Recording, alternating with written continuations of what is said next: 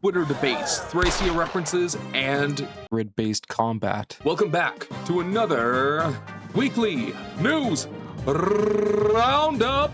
As before, I'm your host Liam, and welcome.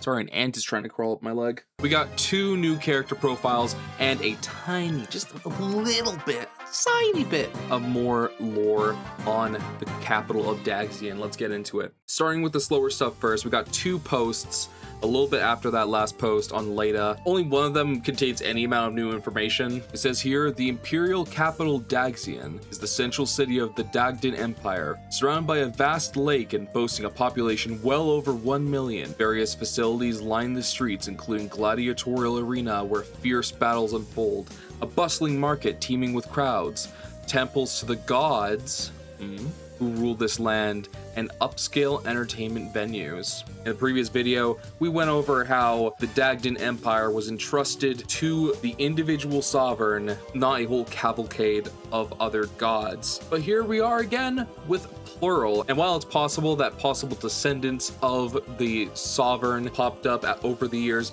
I think it's more likely that we're having a true Roman moment here. The Roman Empire over the years, especially after the adoption of Christianity under Constantine I, employed this strategy, which would go on to define Christianity for many years, wherein which they would take different pagan, native religious practices and gods and implement them into the religion and into the society there to make conquest and assimilation more easy for different inhabitants. What I'm trying to get at here is, unlike in Fodlan and Three Houses, where there's a much more tight iron fist religiously over the continent by the central church and its teachings, the Dagdan Empire and its religion seems to have some amount of tolerance to other gods. Perhaps worshippers of these gods are still bustling around the other parts of the Dagdan continent. We see in Three Houses, for example, that is mentioned that there is a pagan god there, and there seems to be confirmation that at least at the time of Fortune's Weave, whether this in the past or in the future or whatever, these gods are still actively worshipped. As I mentioned before, the second post here is mostly just explaining the existence of the arena. The one interesting thing that a few people in the comments point out is that if you look over to the left there on this cliff, there seems to be a large monolith and a Parthenon style large temple, if that is what it is. Or this is post-apocalyptic fantasy, and right there in the middle is the Washington Monument. Moving on to something more interesting. Did you know? In Fire Emblem, you move your characters on a grid. But for real though, we have a gameplay trailer here showing just the basic combat, and despite that, there are some interesting things to pick out, both character-wise and aesthetically. First of all, it seems that we found Grok in a very Chinese stage of its life, but furthermore, we have gotten confirmation on 2 more character names, one of which we'll get to talk about a bit more later, that being Tiara here. She says her name is Tiara, but you know, the name's not the only similarity to that old man on the screen right now, I'll tell you what, young ones. And we have Pitaru. Many people are calling him Peter, but in Japanese, Peter is typically written as Pita. The top comment on the post says that his name is likely Pieter, like the Dutch version of Peter. But again, that doesn't really explain why they would choose to specifically anglicize the R that way instead of just say elongated. They both start off as villagers, but you know, as we've seen before, she's a bit more of a Meiji type, as we'll see later, and he's got a bow. I guess he's an archer. Also,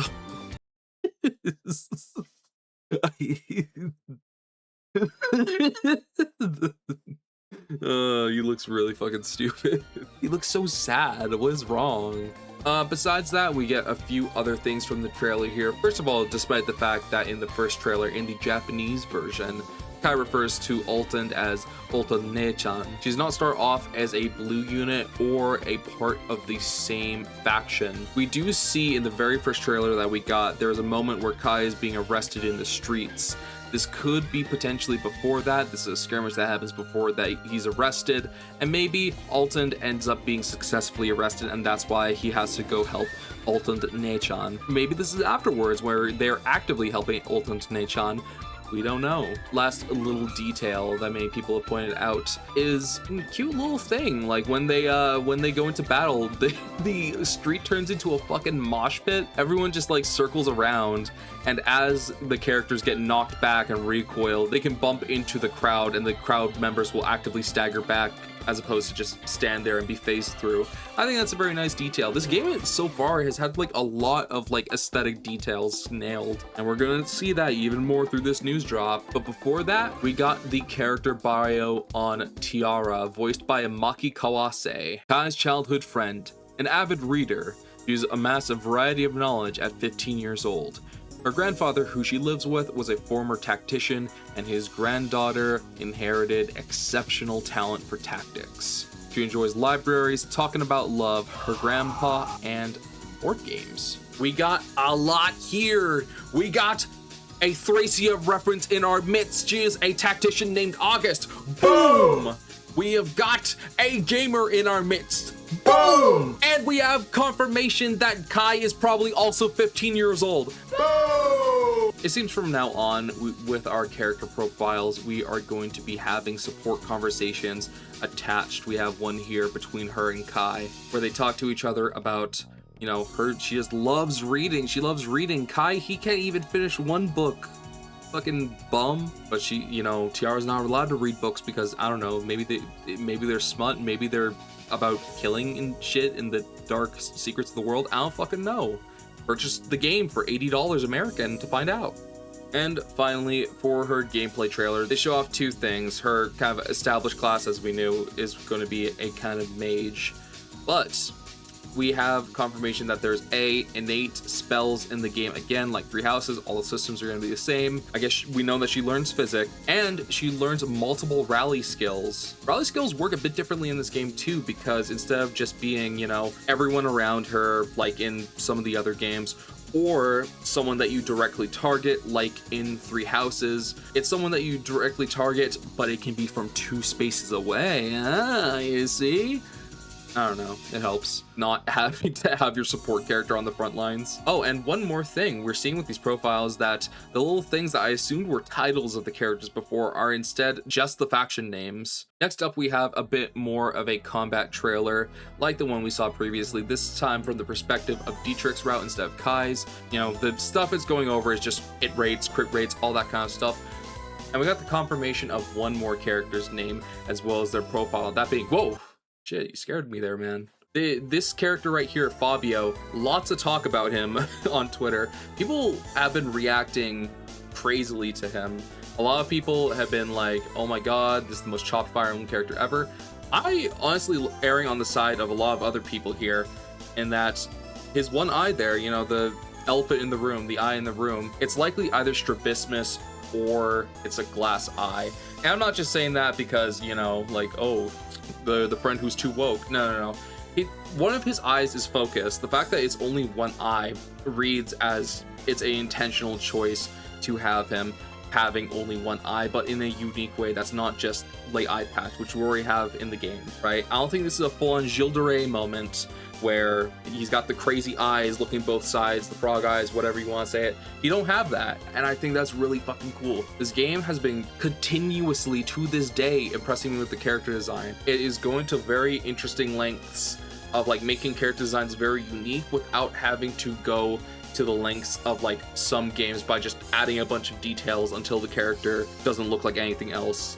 If anything, I feel like the more alarming thing is his lip color. I feel like he might be having hypothermia. But anyway, speaking of Fabio, let's go check out his character description. A mysterious missionary of the Church of Saros who hails from the distant land of Fodlan. While rational on one hand, he has a habit of referring to others as beast and looking down. And shit, it's Solan, isn't it? It's gonna be Solan. I was like going with everyone. There's like a full day where it's like, no, guys, you guys are overreacting. People like were circling his like the divot in his like cheek, his like what do you call it, pronounced cheekbones and everything, and saying, see, look, Solan has that too. I was like, no, multiple people can look like that. You ever seen Mads Mikkelsen? It says he is from the same hometown as the protagonist Dietrich, but they originally had no acquaintance. Very convenient again. I don't want this to be the case. I want this to be like, just maybe he just has some, maybe he's just eccentric or something like that, but that's awfully similar to how Agarthans talk. I fucking hate that. And again, they originally had no acquaintance is very convenient so that Dietrich never notices that if he is an Agarthan, he got body swapped and his personality is suddenly different. It says that his likes are all types of pain and conversations with intelligent people. Please just be a cool guy. There's someone in the comments who was like having a theory that maybe it's not Agarthan. Maybe the best case scenario here is that this is someone who got fucked with by the Church of Saros, and now he's like fucked up that way. He's not actually a skinwalker. He's just been experimented on, and instead he's going to like end up having hate in his heart for humanity because of that. Additionally, it's worse. It's everywhere. Holograms. The pipes, oh god, the pipes are everywhere and they're broken. We're in the fucking Death Star. What is this ground design? Fucking ghost elephant. Now then, lastly, we have a little bit of dialogue from Fabio. This time not a support conversation, but some dialogue that happens after the preliminary match of the grand sword fighting tournament. He says that it seems that Fabio's way is to treat those he recognizes as intelligent with due respect, regardless of age. In this, he approaches Tiara and talks to her about, you know, you had some good judgment. I know you're just a kid, but you know your shit. And she's a little taken aback by that, but he reassures her, nah, I just think intelligent people are cool. You want to play some board games sometime? Talk about some ancient tactics? Want to have a little Robin Virion support of sorts? And then we have confirmation of another character's name. We got Esmerelda. Okay, fun pose for the portrait. I see the braids. I see the drip. It is everywhere. I'm cooming. Anyway. And their dynamic is probably gonna have me dead. She says, "What's going on, Fabio? You're awfully nice to this girl." It's like I said. I treat intelligent people with respect. You mean I don't have a shred of intelligence, don't you? You keep picking a fight with me over everything. It's good to be self-aware. I don't know. Dietrich was kind of mid to me before. He wasn't really like drawing me towards him, but his followers, the people in his route, seem pretty fucking cool so far. I don't know. Other routes are gonna have to pick up the pace. That's about it for now.